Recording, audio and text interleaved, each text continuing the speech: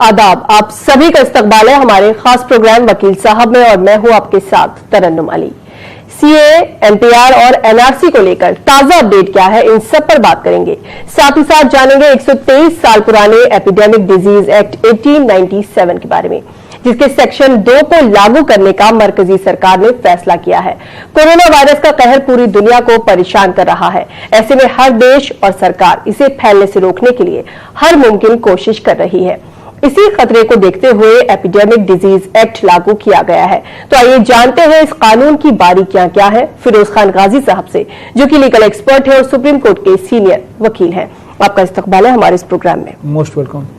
नाज़रीन, आप भी हमारे इस प्रोग्राम में शामिल हो सकते हैं। हमारे नंबर्स लगातार आपकी टीवी स्क्रीन पर फ्लैश हो रहे हैं।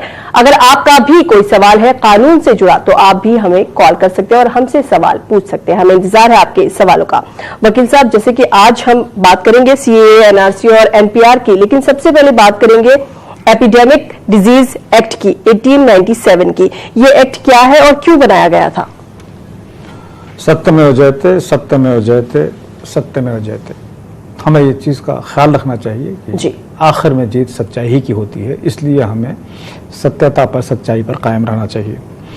आपने आज जो सवाल उठाया है वो सवाल बहुत ही इम्पोर्टेंट है, ख़ासतौर से इस नुक्ते नज़र से कि जितनी भी वो चीज़ें जिसका कि बारह रास्त ताल्लुक पब्लिक से होता है, हम ये देखते हैं कि इंग्लिश पीरियड में ही उनके मुतल्लिक कानून बने हैं।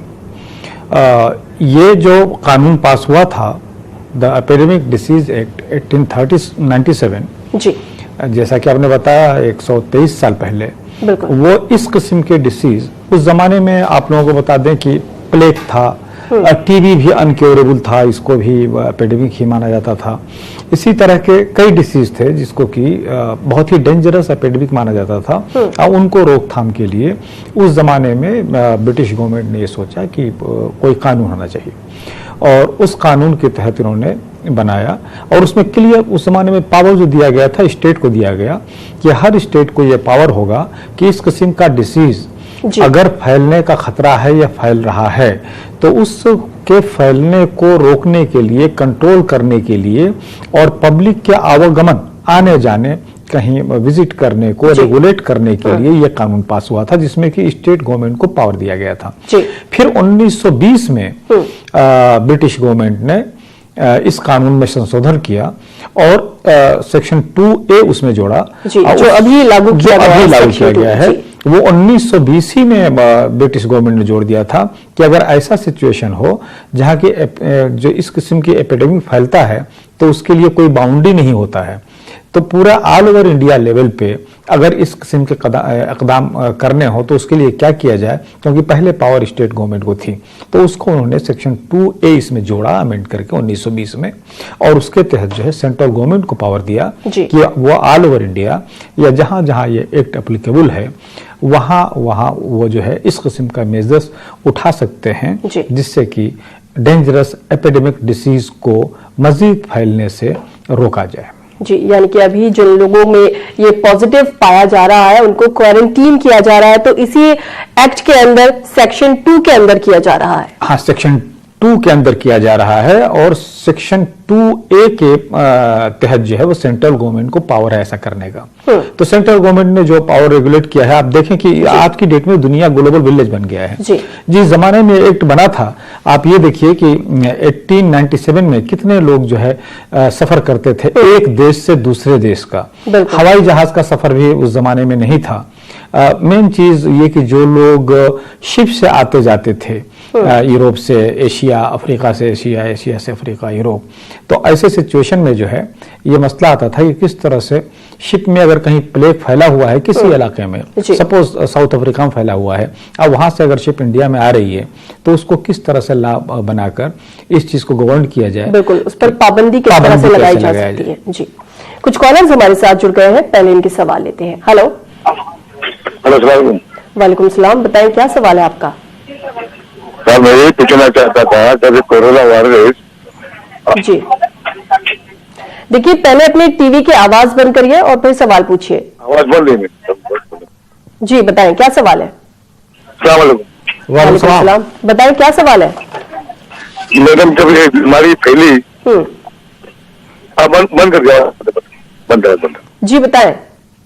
जो ये बीमारी फैली है कोरोना वायरस फैली है जी, पूछना क्या चाहते हैं? ये है कि उसके अंदर जहाँ बीमारी फैली वहाँ जाना भी नहीं चाहिए, वहां से पब्लिक को लाना भी नहीं चाहिए। और ये बेवकूफ ने सब लोग को बुला जाए यहाँ पर, इनका एक सिस्टम एक जगह। जी अच्छा, इनका जो सवाल है वो जहां तक समझ आ रहा है वो यही कहना चाह रहे हैं, जब ये दूसरे देशों में फैलने शुरू हुई, कोरोना वायरस जब शुरू हुआ, तो फिर क्यों नहीं जो फ्लाइट्स थी उनको कैंसिल कर दिया गया है, जो आवाजाही थी उसको रोक क्यों नहीं दिया गया? देखिए, आपने सवाल बहुत सही किया है, क्योंकि इस आज ही से नहीं बल्कि आज से 2000 साल पहले, 1500 साल पहले से भी ये सिस्टम था। इसके लिए हमारे बुजुर्गों ने भी एक मेजर उठाया था कि अगर कहीं कोई एपिडेमिक डिसीज फैल जाए तो पहला प्रिकॉशन ये रहना चाहिए कि जिस इलाके में ये डिसीज फैल गया है उस इलाके के लोगों को दूसरी जगह जाने से रोका जाए, और दूसरी जगह के लोगों को, जहां पर कि ये मर्ज नहीं अभी फैला है, वहां के लोगों को उस इलाके में विजिट करने से रोका जाए जहां पर कि बीमारी आ चुकी है। तो ये बहुत पहले से एक प्रिकॉशन लिया गया था, तकरीबन 1200 साल पहले की हिस्ट्री मिलती है जब प्लेग वगैरह फैलता था। तो इस किस्म के डिसीजन जो है बुजुर्ग लिया करते थे। आज की तारीख में चूंकि दुनिया बिल्कुल ग्लोबल हो गया है, आवागमन बहुत आसान हो गया है, यूरोप, अमेरिका, जो भी दुनिया के किसी भी शहर में जाना हो, अब बहुत ज्यादा क्या कहते हैं सफर जो है हवाई जहाज से हो गया है, तो इसमें प्रिकॉशन लेना चाहिए था। लेकिन सरकार, चाहे दुनिया में कोई भी सरकार हो, पहले कोशिश ये करती है कि लोगों में पैनिक न फैले, क्योंकि पैनिक फैलने में भी एक किस्म का भगदड़ मच जाता है। इसमें दो राय नहीं है कि कुछ लेट हुआ है हमारे यहाँ इस मेजर को उठाने में, लेकिन अब इस किस्म की, वही इटली के लोग आए थे तो उनसे कुछ कम्युनिकेट हो गया था, और तो अब जो मेजर उठाया गया है इसमें दो राय नहीं, कुछ लेट उठाया गया है, लेकिन बहरहाल जो मेजर उठाया गया है उसको वेलकम करना चाहिए और उस पर अमल करना चाहिए। जी, एक कॉलर हमारे साथ और जुड़ गए हैं। हेलो जी, बताएं क्या सवाल है आपका?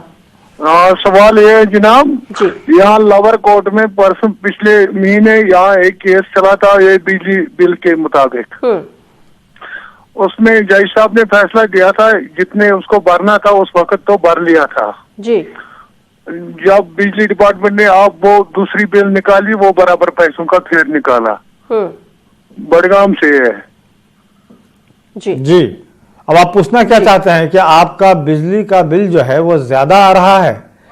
हाँ, उस वक्त जज साहब ने बोला पिछला आपको आधा माफ हो गया, आधा इसी वक्त भर लो। तो ऐसा कीजिए कि एक उनको रिप्रेजेंटेशन दीजिए जहां से आपका बिल ओरिजिनेट होता है, वहाँ एक जो बात आप मुझसे कह रहे हैं यही बात एक एप्लीकेशन में उनको लिख कर दीजिए। अगर वो नहीं मान रहे हैं तो फिर बिजली के इसमें दिल्ली में बता सकता हूँ कि लोक अदालत बैठती है, वहाँ पर इस मसले को हल किया जाता है। अगर उसके बाद भी हल नहीं हो रहा है तो फिर आपके लिए कोर्ट है।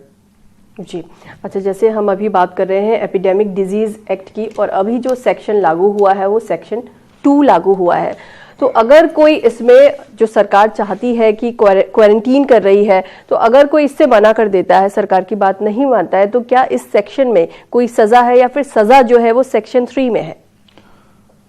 देखिए, पहली बात तो ये क्लियर होना चाहिए कि ये स्पेशल लॉ है, क्योंकि ऑलरेडी 1860 में इंडियन पेनल कोड बन चुका था। इंडियन पेनल कोड में इस किस्म के डिसीज को फैलने से रोकथाम के लिए ऑलरेडी प्रोविजन था।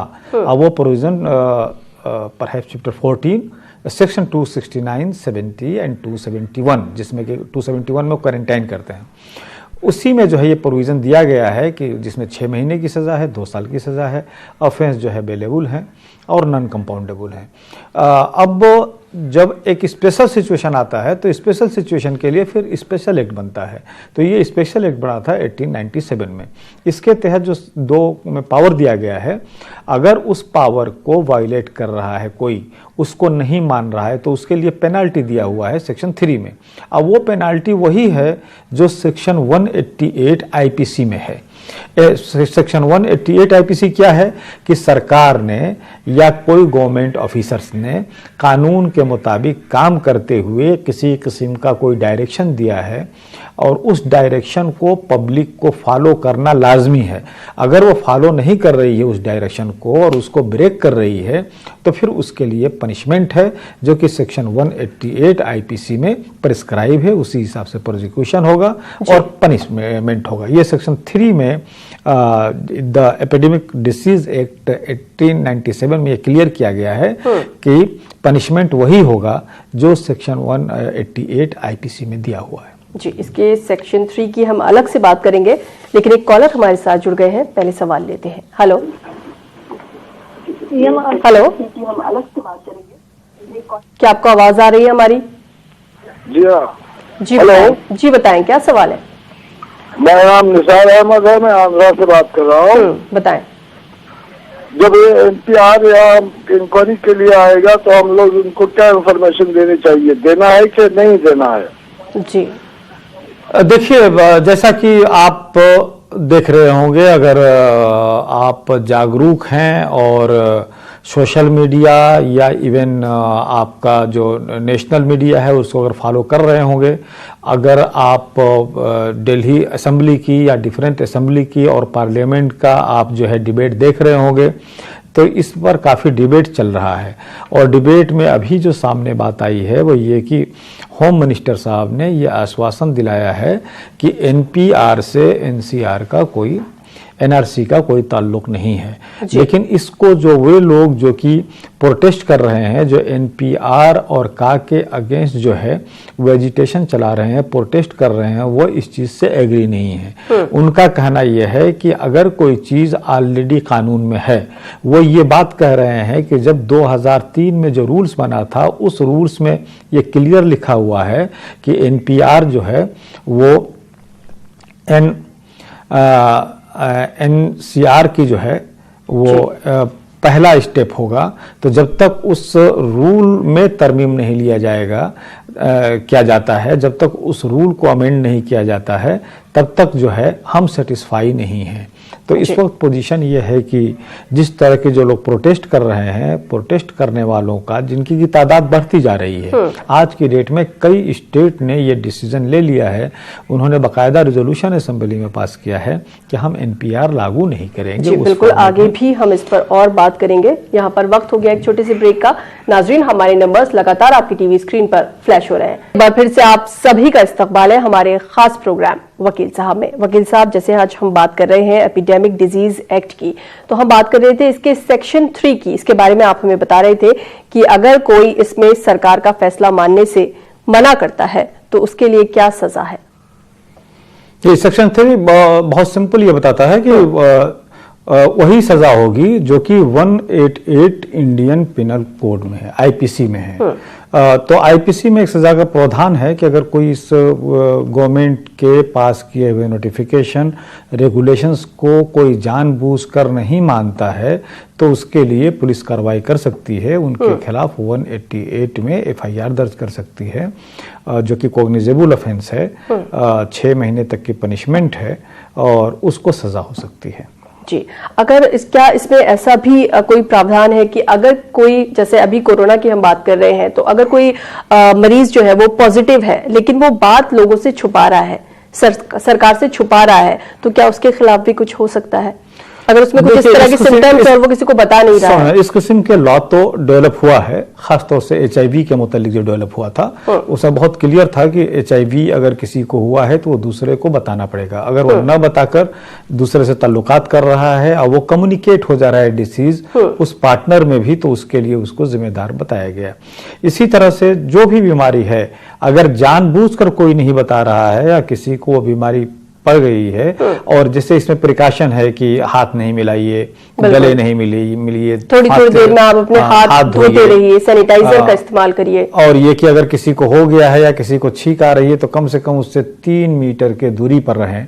लेकिन वो आदमी अगर जानबूझकर नहीं बना रहा है दूरी और ये जानते हुए कि उस बीमारी है फिर वो ऐसा कर रहा है, तो उसको भी नेग्लिजेंट माना जाएगा। उसी तरह से उसको पनिशमेंट होगा जिस तरह से एक एचआईवी कैरी जो करता है, अगर वो दूसरे को नहीं बताता है और उसमें ट्रांसमिट हो जाता है उसकी वजह से, तो उसको भी नेग्लिजेंस में माना जाता है। उसी तरह से इसमें भी माना जाएगा। जी, कुछ और कॉलर्स हमारे साथ जुड़ गए हैं। Hello hello. हाँ हेलो जी, बताएं क्या सवाल है? अस्सलाम वालेकुम। वालेकुम सलाम। मेरा सवाल ये है कि मैम है ना, मैं 30 साल से अपने शौहर के साथ नहीं रहती हूँ, सेपरेट रहती हूँ और मेरे पास उनका कुछ भी डॉक्यूमेंट्स नहीं है। तो मुझे क्या करना चाहिए एनपीआर में? अगर वो मुझे पूछेंगे कि अपने शौहर का बर्थ सर्टिफिकेट वगैरह सब दिखाओ, तो मैं नहीं दिखा सकती हूँ मैम। देखिए, आपने जैसे बताया, एक मुद्दत बता दिया कि उतने दिनों से नहीं रह रहे हैं, तो उतने दिनों से क्या वही सिचुएशन है कि नहीं डाइवोर्स है, नहीं सेपरेशन है और नहीं एक दूसरे के साथ रह रहे हैं? तो ऐसे सिचुएशन में अगर डाइवोर्स नहीं है, सिर्फ ये है कि एक दूसरे से अलग रह रहे हैं, तो हस्बैंड तो वही माने जाएंगे। एनपीआर में हस्बैंड का डॉक्यूमेंट ज़्यादा दिखाना इंपॉर्टेंट नहीं है जितना कि अपना खुद का डॉक्यूमेंट है। तो अपने खुद के डॉक्यूमेंट में जैसे सपोज कर लीजिए आपका डेट ऑफ बर्थ है, आपका अपना आधार कार्ड है, अगर आपके पेरेंट्स के से कोई प्रॉपर्टी जायदाद मिली हुई है, अगर उसका ट्रांसफ़र आपके नाम से है, तो ये सब डॉक्यूमेंट्स है। हस्बैंड का नाम ही काफ़ी होगा। अगर वो डिनाई नहीं करे तो हस्बैंड की वजह से किसी की सिटीजनशिप नहीं मिलती है, या हस्बैंड की वजह से किसी या वाइफ की वजह से किसी हस्बैंड को सिटीजनशिप नहीं मिलती है, ये दोनों लोग अपने आप में इंडिपेंडेंट होते हैं इस मसले में। जी, तो जैसे एनपीआर के बारे में हमारे होम मिनिस्टर साहब ने कहा कि इससे लोगों को डरने की जरूरत नहीं है, इसमें कोई डॉक्यूमेंट्स नहीं लिखे जाएंगे, किसी के नाम के आगे डाउटफुल सिटीजन नहीं लिखा जाएगा। लेकिन वहीं पर बात आती है, अगर एनपीआर कुछ अलग नहीं है, जैसे हमेशा जो मर्दमशुमारी होती है, अगर ये उसी तरह से है तो फिर इसमें कुछ अलग नहीं है, तो डरने की जरूरत क्या है? जैसे हमेशा होती है मर्दमशुमारी, ये उस तरह से क्यों नहीं हो रहा है? उस तरह से क्यों नहीं किया जा रहा है? इसके मुतालिक बहुत क्लियर होना चाहिए कि जो मर्दमशुमारी होती है वो दूसरे कानून के तहत होती है। वो सेंसस ऑफ इंडिया 1948 में एक कानून था जिसके तहत जो है हमारा ये सेंसस होता है, जो कि हर 10 साल के बाद होता है। ये जो एनपीआर है, इसका प्रोविजन जो है वो 1955 सिटीजनशिप एक्ट के तहत जो है किया जा रहा है। तो पहली बात तो ये कि दोनों किस कानून के तहत किया जा रहा है, वो कानून ही अलग है। तीसरी बात जो आती है कि एनपीआर में जो सवाल पूछे गए हैं, देखिए एक चीज ये भी आ रहा है कि जब 2003 में कानून बना था, 2010 में जो है बाकायदा एनपीआर किया गया, फिर उस एनपीआर को आगे क्यों नहीं बढ़ाया गया? तो उस एनपीआर को करने के बाद ये समझ में आया था कि मोर देन 50, इसी तरह से कुछ 40 या मोर देन 50% लोगों के पास जो है वो डॉक्यूमेंट्स नहीं है, जो डॉक्यूमेंट्स रिक्वायर है सिटीजनशिप प्रूफ करने के लिए, जैसे डेट ऑफ बर्थ या प्रॉपर्टी, खासतौर से अचल प्रॉपर्टी में वरासत के तौर पे पेरेंट्स की तरफ से, फादर दादा ग्रैंडफादर की तरफ से आई हुई प्रॉपर्टी उनके नाम से। तो मोर देन 50% लोग जो हैं वो सीधे इसके जद में आ रहे थे। तो ये बाकायदा एक नोट लगाकर उसको वहीं पर रख दिया गया कि इसको आगे प्रक्रिया करने की जरूरत नहीं है, यानी कि नेशनल रजिस्टर ऑफ सिटीजनशिप बनाने की जरूरत नहीं है, क्योंकि एनपीआर पर ही खत्म किया जाए। अब यहीं पर जो है वो कॉन्फिडेंस का क्राइसिस आता है कि सरकार पूरी बात पब्लिक को नहीं बता रही है, और बता भी रही है तो आज एक बात बता रही है, कल दूसरी बात बता रही है। और अगर सिर्फ पार्लियामेंट में ज़बानी तौर पर बात कर देने ही पे अगर इस किस्म की चीज़ों को लोग मान लें, तो फिर इस किस्म की बातें आती हैं, लेकिन कानून अल्टीमेटली में जो रहता है वो प्रिवेल करता है। तो कानून तो ऑलरेडी जो रूल्स 2003 में बना दिया गया है, या उसके बाद फिर ये सिटीजनशिप अमेंडमेंट जो सेक्शन 14 का किया गया है, ये सब जब तक है तब तक जो है यहाँ के गरीब और वो जनता जो कि खास तौर से गरीब है उनको परेशानी है, और उस परेशानी से उनका डरना भी जो है नेचुरल है। बिल्कुल, ये अलग अलग तरह के जो बयान आ रहे हैं, जो अलग अलग तरह की बातें सामने आ रही है, उससे लोग खासे मुश्किल में है। कुछ कॉलर्स हमारे साथ जुड़ गए हैं। हेलो हेलो जी, बताएं क्या सवाल है? हाँ जी, मैं मोहम्मद इशक जयपुर से बोल रहा हूँ, राजस्थान से जी। मैं ये पूछना चाह रहा हूँ कि एनपीआर और एनआरसी से मतलब ये दोनों के जोड़ा एक साथ जैसा ही आएगा क्या? जी, पहली बात तो ये कि मैं बताऊं कि आप लोगों को थोड़ा सा जागरूकता दिखाना होगा। जागरूकता दिखाने के लिए आप लोगों को मोहल्ले में या जो इलाके के पढ़े लिखे लोग हैं उनके साथ बैठना होगा। अगर आप किसी भी सोसाइटी से, एनजीओ से नहीं जुड़े हैं तो फिलहाल कोशिश कीजिए कि उनसे जुड़ जाएं और उस पर तमाम किस्म की इंफॉर्मेशन है। और ये बात जो है, इन सब चीज़ों का रिप्रेजेंटेशन या अपने आप को किस तरह से प्रेजेंट करें, अपने मसले को कैसे रखा जाए, वो इंडिविजुअली रखने से काम नहीं चलेगा, नहीं इंडिविजुअली रखने का इसमें कोई सिस्टम बनता है। आपको ये बता दूं कि ये दोनों जो है सरकार कर ही अलग अलग है, लेकिन दोनों बल्कि तीनों का जिसको बोलते हैं citizenship amendment act, NPR, NRC, ये सब जो है एक दूसरे के पूरक हैं। बगैर एक दूसरे के वो नहीं चल सकते हैं और नहीं उनका परिकल्पना किया जा सकता है। इसलिए जो है आप ये समझ लीजिए कि NPR वो पहला कदम है। जब यह कदम पूरा हो जाएगा तो दूसरा कदम जो है NRC पे उठेगा। जी, कुछ और कॉलर्स हमारे साथ जुड़ गए हैं। हेलो, मेरी 2 मिनट बात कर सकते हैं आप? हेलो जी, बताएं क्या सवाल है आपका? ये NPR जो चल रहा है ना जी, हेलो जी हाँ, जी बताइए, आपकी आवाज आ रही है। नहीं, एक सवाल कर रहा हूँ। NPR तो चल रहा है, बहुत अच्छा चल रहा है, देश के लिए अच्छा है। दूसरा सवाल मेरा है, कट मत करना, HIP का सवाल करूंगा। पहले एक सवाल कर लेता हूँ आपसे मैं। जी बताएं। हेलो, जैसे अपने गुजरात है, महाराष्ट्र है, हेलो हाँ बताएं, आपको सुन रहे हैं, अपना सवाल पूरा करिए। हाँ ठीक। अगर इसमें ये हिंदुस्तानी है या पाकिस्तानी है या बांग्लादेश के है, मैं करीब करीब मैं जानता हूँ, सरकार से संपर्क नहीं कर सकता हूँ, पढ़ा लिखा नहीं हूँ मैं, मगर मैं आरोपी तो पकड़ा सकता हूँ ना। मैं आरोपी बोले तो बताऊं? जी, ऐसा है कि आरोपी को पकड़वाने के लिए हमेशा हर हिंदुस्तान का सिटीजन आजाद है जी। वो बता सकता है, लेकिन हम दिल्ली वाले, यूपी वाले, खासतौर से वेस्टर्न यूपी वाले, पंजाब वाले, ये हम नहीं समझ पाते हैं कि बंगाली में, उड़िया में क्या फर्क है। अगर कोई बंगाल का है और उसको ये नहीं कि अगर कोई बंगाली बोल रहा है तो इसका मतलब ये नहीं कि वो बांग्लादेश का है, यह कतई नहीं समझना चाहिए। वो वेस्ट बंगाल का हो सकता है। इसी तरह से उड़िया और बंगाली में क्या फर्क है, हमें दोनों बंगाली ही लगेगा जब बोलते हुए नजर आएंगे तो हमें उसी तरह से आसामीज में और बंगाली में क्या फर्क है वो कतई पता नहीं चलेगा। तो ये कहना, अगर आप बिल्कुल 100% कन्फर्म है किसी के मुतल्लिक कि फला आदमी जो फला नंबर कमरे में रहता है वो हमारा हिंदुस्तान का शहरी नहीं है, बांग्लादेश का शहरी है, तो आप एक बिल्कुल कंप्लेंट दे सकते हैं। अब पुलिस को उसके ऊपर कार्रवाई करनी पड़ेगी।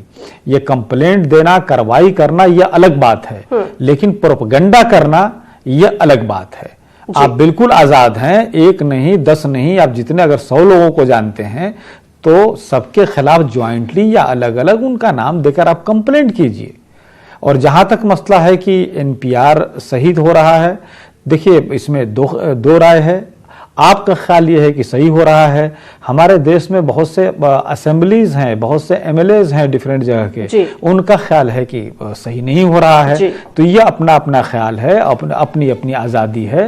एक दूसरे की आज़ादी का रिस्पेक्ट करना चाहिए। बिल्कुल। और इसी को लेकर के दिल्ली असेंबली ने भी NPR और NRC को लेकर के एक प्रस्ताव पारित कर दिया है। इसके खिलाफ ये प्रस्ताव पारित किया गया है। एक कॉलर हमारे साथ और जुड़ गए हैं। हेलो हेलो हेलो जी, बताएं क्या सवाल है? हेलो मैडम जी बताएं क्या सवाल है? आपकी आवाज आ रही है। हाँ मैम, मैं सवाल नंबर देख के कॉल करा होती है जी। आपको पूछना क्या, आपका सवाल क्या है? सवाल कीजिए। नहीं, NRC के ताल्लुक से पूछना चाह रहा हूँ। हाँ बताइए, क्या NRC के मुतालिक आप क्या पूछना चाहते हैं? नहीं, NRC हमेशा तो बोल रहे हैं, कुछ पेपर में पूछ के बोल रहे हैं अलग अलग सवालात, क्या मीना रेड्डी के वास्ते है या खुद के वास्ते परेशानी है, आपसे कुछ सवालात मालूम करने के आपसे पूछा। समझ में नहीं आ रहा आप क्या सवाल पूछना चाहते हैं? आप ये पूछना चाह रहे हैं, जैसे कि हमारे होम मिनिस्टर कह रहे थे कि NPR होगा तो किसी को घबराने की जरूरत नहीं है, कोई डॉक्यूमेंट्स नहीं देखे जाएंगे, डाउटफुल सिटीजन नहीं कहा किसी के आगे लिखा जाएगा। तो ये जानना चाहते हैं कि इनको घबराने की जरूरत है या नहीं, क्योंकि दोनों ही तरह की बातें सामने आ रही हैं। देखिए, घबराना तो किसी सूरत में भी नहीं चाहिए, चाहे वो किसी किस्म का आगे कोई चीज आ रहा है तो उससे घबराने से कोई फायदा नहीं होता है। अब हमसे आप ये पूछे कि इसको टैकल कैसे करें। अगर ऐसा सिचुएशन है कि अगर दो नेता हैं, दो किस्म के बयान दे रहे हैं, या आज कोई और बयान दे रहे हैं, कल कोई और बयान दे रहे हैं, तो पहली बात तो मैं ये बताऊं कि जैसे होम मिनिस्टर साहब का हमारा बयान आया तो उस बयान का मैं तहे दिल से वेलकम करता हूं। ये अच्छी बात है कि वो कह रहे थे कि हम 1 इंच पीछे नहीं हटेंगे, लेकिन सरकार का काम जिद पकड़ना नहीं है। और ये उनका बात मुझे बहुत पसंद आया जब उन्होंने ये बात कही है कि हम जो है एनपीआर में कोई कागज नहीं मांगेंगे और एनपीआर को बेसिस नहीं बनाया जाएगा एनआरसी का। तो इस बात का वेलकम करना चाहिए। आदमी के दिल में क्या है उसमें नहीं झांकना चाहिए, यही देखना चाहिए कि जबान से क्या बोल रहा है। फिर हमारे जो खदशात हैं उस खदशात को भी हमने जाहिर किया है। आपसे गुजारिश ये है कि आपके सवाल पूछने से ऐसा लग रहा है कि आपको बहुत ज्यादा जानकारी नहीं है, तो पहली जानकारी अपने इलाके में मिलती है। आप इलाके के लोगों से जुड़िए, उनसे बात कीजिए, उनसे आप पूछिए। इस वक्त इस किस्म के सवालात सोशल मीडिया पे बहुत ज्यादा तादाद में मौजूद है, आप वहां देख सकते हैं, और नहीं तो अपने अड़ोस पड़ोस के लोगों से जानकारी ले सकते हैं। जी, एक कॉलर हमारे साथ और जुड़ गए हैं। हेलो हेलो, अस्सलाम वालेकुम। वालेकुम सलाम, बताएं क्या सवाल है आपका? जी मैम, कि जैसे हम लोग बंगाल के रहने वाले हैं, लेकिन हम दिल्ली में रह रहे 14 साल से, और मेरे हस्बैंड रह रहे बॉम्बे से, तो फिर जी बताएं। देखिए, आपकी आवाज कुछ बहुत साफ नहीं आ रही है, आप एक बार फिर से हमें कॉल मिला सकती हैं। वकील साहब, जैसे कि पिछले हफ्ते हमने देखा कि यूएन ने सुप्रीम कोर्ट में सीए को लेकर के एक याचिका दाखिल की, जिस पर हमारे देश ने कहा कि ये इनका अंदरूनी मामला है, उसमें किसी और को बोलने का कोई हक नहीं है। तो क्या वाकई ऐसा है कि अगर किसी देश में कुछ हो रहा है या कोई एक्ट ऐसा बनाया जा रहा है जिससे वहां के जो सिटीजन है वो सहमत नहीं है और कोई उसमें बोलता है तो उसको बोलने का हक नहीं है? देखिए, पहली बात तो ये ख्याल करें कि हम यूएन के मेंबर हैं। Universal declaration of human rights या इंटरनेशनल कवेनेंस ऑन सिविल लिबर्टीज, इन सब पर हम दस्तखत किए हैं। और यूएन जो है का जो ऑर्गेनाइजेशन है वो यहाँ पे आके डायरेक्ट वो इंटरवीन ये नहीं कर रहा है, बल्कि वो एज एन एमिकस क्यूरी के हिसाब से आए हैं। एमिकस क्यूरी का मतलब ये होता है कि कोर्ट को असिस्ट करना, फ्रेंड्स ऑफ द कोर्ट। और ऐसे सिचुएशन में जहाँ की एक्सपर्ट ओपिनियन की जरूरत पड़ती है, सरकार वो कोर्ट जो है वो एक्सपर्ट से राय लेती है किसी भी मसले में। सेक्शन 45 एविडेंस एक्ट का है, डिस्ट्रिक्ट कोर्ट भी इस सिलसिले में ये लेती है, मदद लेती है एक्सपर्ट ओपिनियन की। तो वो चूंकि universal declaration of human rights पे यूएनओ का जो इदारा काम करता है, उस इदारे को इस मसले में जानकारी ज़्यादा है।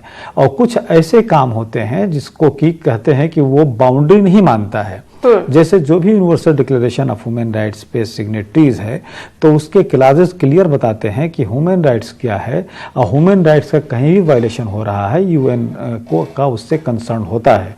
यहाँ पर जो है यूएन पहली मर्तबा नहीं, हमारे देश के मामले में जरूर है कि पहली मर्तबा इस किस्म का एप्लीकेशन लगा है सुप्रीम कोर्ट में यूएन के किसी आर्गन की तरफ से। लेकिन इंटरनेशनली जो है ऑलरेडी यूनियन पार्लियामेंट वो जिसको यूरोपियन यूनियन के मसले में ह्यूमन राइट्स का मसला लेकर वो एप्लीकेशन इसी तरह से लगा चुके हैं, अमेरिका में लगा चुके हैं, अफ्रीका में लगा चुके हैं। इसी तरह से एशिया की कई कंट्रीज हैं जहां की ह्यूमन राइट्स का वायलेशन आता है सामने, तो वो इस किस्म के एप्लीकेशन लगाते हैं। तो जहां तक मैं समझता हूं, एक लॉ का स्टूडेंट्स होने, विद्यार्थी होने के नाते से जो मुझे जानकारी है, मैं समझता हूं कि इस किस्म का स्टैंड जो है वो ह्यूमन राइट्स के मसले में टेनेबल नहीं है, सस्टेनेबल नहीं है।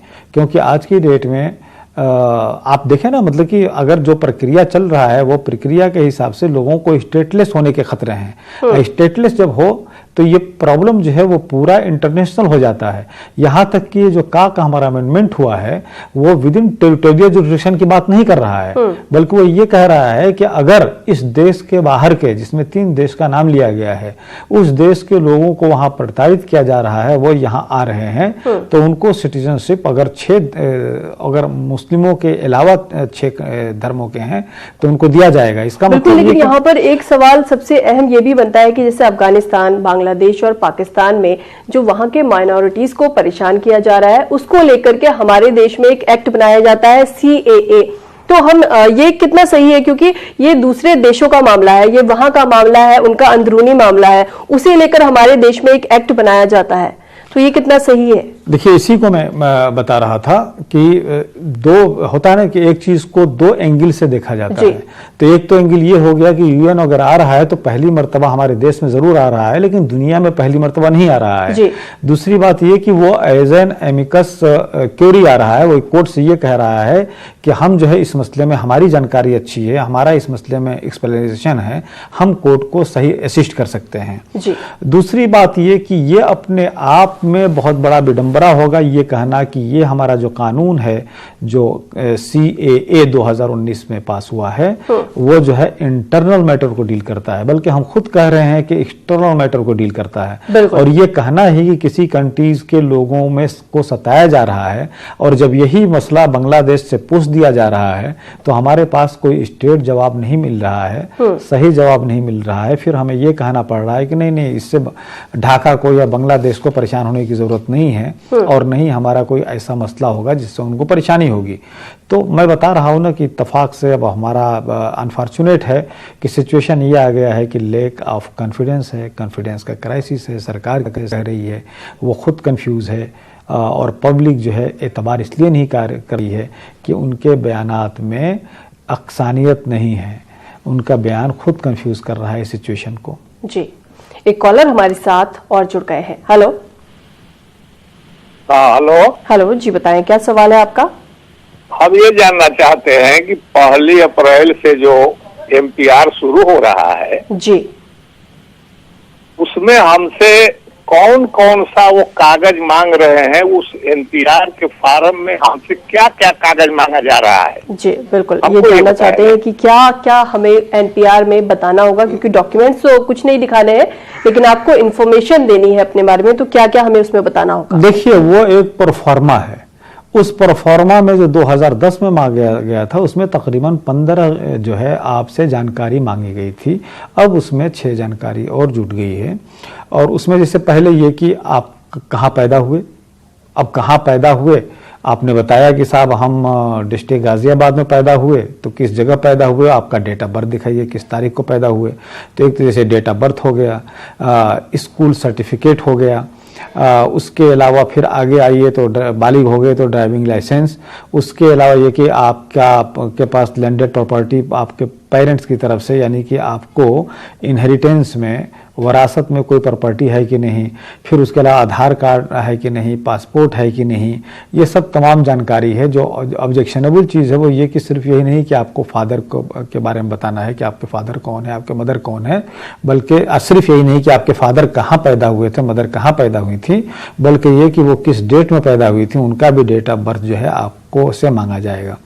तो अभी ये कह रहे हैं कि सिर्फ जानकारी हम लेंगे, और उस जानकारी के बाद जो है, जैसा कि अमित शाह जी ने, हमारे होम मिनिस्टर साहब ने कहा है आज से 2 रोज पहले कि इस किस्म की कोई कागज नहीं माना जाएगा, लेकिन अल्टीमेटली यही है कि कानून ये कह रहा है, 2003 का रूल ये कह रहा है कि इसी को बेसिस माना जाएगा। आज की डेट में कागज नहीं मांग रहे हैं, लेकिन अगर आपने सपोज के लिए कि आपने कहा है कि मेरा डेट ऑफ बर्थ फला है और फला जगह में पैदा हुआ था, तो कल जो है डॉक्यूमेंट्स मांग सकते हैं कि आपने जो अपना फार्म भरवाया था NPR के इसमें, उसमें आपने ये बात कही थी, इसके मुतल्लिक आप प्रूफ लाइए, फिर वही NRC शुरू हो जाता है, जो कि अपने आप में जो है वो सही स्टेप नहीं है। पूरा जितना लोग हमारे दुनिया में, तो मैं बताऊं कि लोग जो हैं वो जरूर कोरोना से परेशान हैं, लेकिन हमारे देश में गरीब जो है आज की डेट में ज्यादा वो एनपीआर एनआरसी से कहाँ से ज्यादा परेशान है।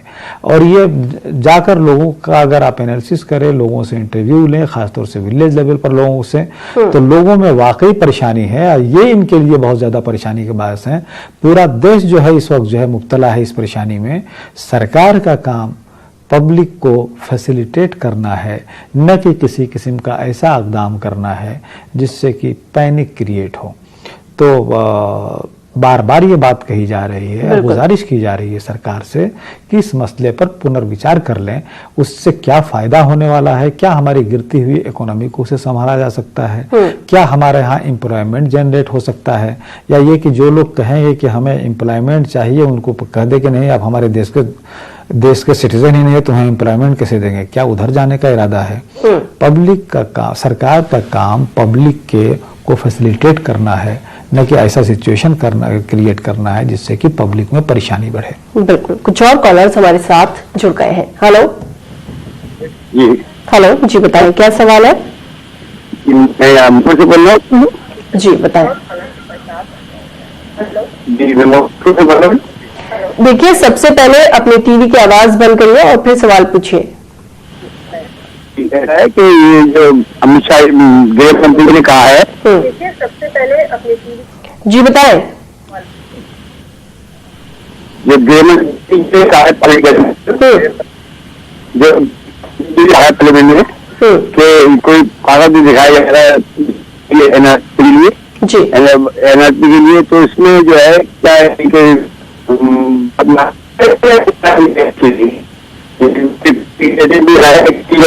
एक वैसी कह देते कोई बात नहीं, कब्जेबाजी है, इसके बारे में क्या मैं पूछना चाहता हूँ, क्या करना पड़ेगा, इनकी बात पर यकीन किया जाए या नहीं किया जाए। जी बात वही है, बात वही है जिसको मैं बार बार कह रहा हूँ। देखिए, अगर आप कल का परसों का डिबेट देख लें दिल्ली के असेंबली में, तो हमें समझ में आ जाएगा और आपको भी समझ में आ जाएगा कि हमारे जो देश के नेता हैं, हमारे जो दिल्ली के एमएलए हैं, वो कितनी बातों पर भरोसा कर रहे हैं और किस तरह से संसद में उनके दिए हुए बयान को कितना अहमियत दे रहे हैं और उसके ऊपर कितना भरोसा कर रहे हैं। हमने जो देखा है, हमें ये लगा है कि हमारे दिल्ली के एमएलए, यहाँ तक कि दिल्ली के चीफ मिनिस्टर भी बहुत क्लियर पूछे कि आखिर में इससे फायदा क्या है। और एक चीज जो बहुत क्लियर तौर पे सामने आ रही है जो सिटीजनशिप की, जिसको कि ये लोगों से छिपा रहे हैं और कह रहे हैं कि हम वहां पर जो प्रताड़ित किए हुए हैं, जो परेशान किए गए हैं पाकिस्तान, बांग्लादेश और अफगानिस्तान से, उनको हम सिटीजनशिप देंगे, वो भी उन लोगों को देंगे सिर्फ जो कि 31 दिसंबर 2014 तक यहाँ पर आ चुके हैं, उसके बाद की कोई बात नहीं हो रही है। तो बाकी जो ये कि हम सीए के जरिए बाकी गैर मुस्लिमों को सिटीजनशिप दे देंगे, ये बात झूठी इसलिए लग रही है कि जब कानून ये आपने अमेंड किया है कि जो वहां से आए हैं उनको आप सिटीजनशिप देंगे, तो जो यहाँ के लोग हैं जिनको जो कि कागज पूरी न होने के वजह से एनआरसी में नहीं आ पाएंगे, उनके लिए आप क्या करेंगे। तो उनके लिए एक आप एफिडेविट देंगे कि आप ये लिखिए कि हम पाकिस्तान या बांग्लादेश या अफगानिस्तान से आए हैं, यानी सीधे लोगों को इस बात पर को प्रेशराइज करें कि आप ये एफिडेविट देंगे तब हम आपको सिटीजनशिप देंगे। तो ये तो अपने आप में देश से गद्दारी है कि एक देश के आदमी को जो कि शुरू से कह रहा है कि हम बाप दादा जात परदादा चरदादा से यहीं के रहने वाले हैं, यहाँ के मूल निवासी हैं, और उससे ये कहा जाए कि नहीं फिर आप ये दीजिए, एक एफिडेविट दीजिए कि हमें सिटीजनशिप दिया जाए क्योंकि हम बांग्लादेश, पाकिस्तान या अफगानिस्तान के प्रताड़ित हैं, तो सीधे उसकी पेट्रियटिज्म को या उसके कॉन्शियस को, उसके जज्बात को ठेस पहुंचाया जा रहा है। अब ये सब बातें हैं जिसको कि बिल्कुल, और जब डॉक्यूमेंट्स दिखाने की बात आती है तो हमारे देश में, हमारे मुल्क में तमाम लोग ऐसे मिलेंगे जिनके पास कोई डॉक्यूमेंट ही नहीं होगा। अगर अब अभी जो दंगे हुए हैं उसकी बात करें तो लोगों के घर जला दिए गए, तो वो लोग डॉक्यूमेंट्स कहाँ से लेकर आएंगे? ऐसे लोग कैसे दिखाएंगे अपने डॉक्यूमेंट्स? देखिए, जिनका विलेज में ग्राउंड है वो जानते होंगे कि विलेज में जो जमीन थी वो कुछ पर्टिकुलर कौम हुआ करती थी, जैसे राजपूत, भूमिहार, खान साहब लोग, सही है, लेकिन जो जिनको कहते हैं कि जो कि अपर कास्ट के लोग हैं उन्हीं के पास जमीन थी, बाकी बेचारे वो दलित हैं उनके पास जमीन नहीं थी, वो तो टिलर थे। तो एक तो ये ग्रुप हो गया जिनके पास कभी जमीन नहीं थी। दूसरा ग्रुप ये कि जिसको बंजारा बोलते हैं, आज यहाँ है कल वहां है परसों वहां है। तीसरा ग्रुप हो गया जिनको कि हम बोलते हैं कि वो जो है आदिवासी हैं, जंगलों में रहते हैं, पहाड़ों में रहते हैं। उन्होंने कभी किसी किस्म का डॉक्यूमेंट्स बनाया ही नहीं। जब वो किसी किस्म का कोई डॉक्यूमेंट्स बनाया ही नहीं तो वो कहां से डॉक्यूमेंट्स लाकर दिखाएंगे। और इस बात को कभी नहीं ख्याल रखना चाहिए। डेमोक्रेसी में हम रहते हैं, कॉन्स्टिट्यूशन के तहत रहते हैं कि फला अगर ग्रुप हमें वोट नहीं देता है तो इसलिए हम उसको वोट देने के अधिकार से वंचित करें या हम उसके किसी हर तरह से परेशान करें, ये सोचना ही अपने आप में अनपेट्रियोटिक या एंटी नेशनल ये है कि किसी को कोई भी पॉलिटिकल पार्टी किसी भी ग्रुप को किसी भी कास्ट को ये कहे कि उस कास्ट के लिए हम फायदा नहीं पहुंचाएंगे बल्कि नुकसान पहुंचाएंगे क्योंकि हम जानते हैं कि वो ग्रुप हमें वोट नहीं दिया है, ये अपने आप में डेमोक्रेसी के लिए खतरा की तरफ ले जाता है। वकील साहब, हमारे पास वक्त थोड़ा सा कम है लेकिन चलते चलते एक आखिरी कॉलर को प्रोग्राम में शामिल करेंगे। हेलो हेलो, क्या सवाल है आपका? जी, मैं मनोहर पाशा बोल रहा हूँ, मैसूर से, कर्नाटक से बात कर रहा हूँ। जी बताएं। जी, मेरे दो सवाल हैं। एक तो मैं तो इंटरकास्ट मैरिज किया हूँ, मेरा नाम मुनव्वर पाशा है। मेरा स्कूल सर्टिफिकेट में मुन्नावर पाशा है और मेरे बच्चे के सर्टिफिकेट में तो सैयद मुनव्वर पाशा है। अच्छा। इसमें थोड़ा स्पेलिंग भी थोड़ा फर्क है। मेरे स्कूल सर्टिफिकेट में MUNNAWARPASH है जी। और मेरे दूसरे जो डॉक्यूमेंट्स हैं बच्चों के जी, और मेरा आपके नाम अलग अलग है, स्पेलिंग अलग अलग है, तो इससे क्या फर्क पड़ेगा? बहुत शॉर्ट आंसर। इससे काफी फर्क पड़ रहा है जिसको आसाम में देखने में आया है। इसलिए आपसे गुजारिश यह है कि आप फौरन इस चीज को सही कराने, एफिडेविट के जरिए सही हो जाता है, उसको सही कराने की कोशिश करें। किसी किस्म के रिस्क लेने की गुंजाइश नहीं रही है। जी वकील साहब, आप हमारे स्टूडियो में आए, तमाम कॉलर्स के सवालों के जवाब आपने दिए, आपका यहाँ आने के लिए बहुत बहुत शुक्रिया। Most welcome. तो नाज़रीन, फिलहाल हमें दीजिए इजाजत, आपसे फिर मुलाकात होगी। आदाब।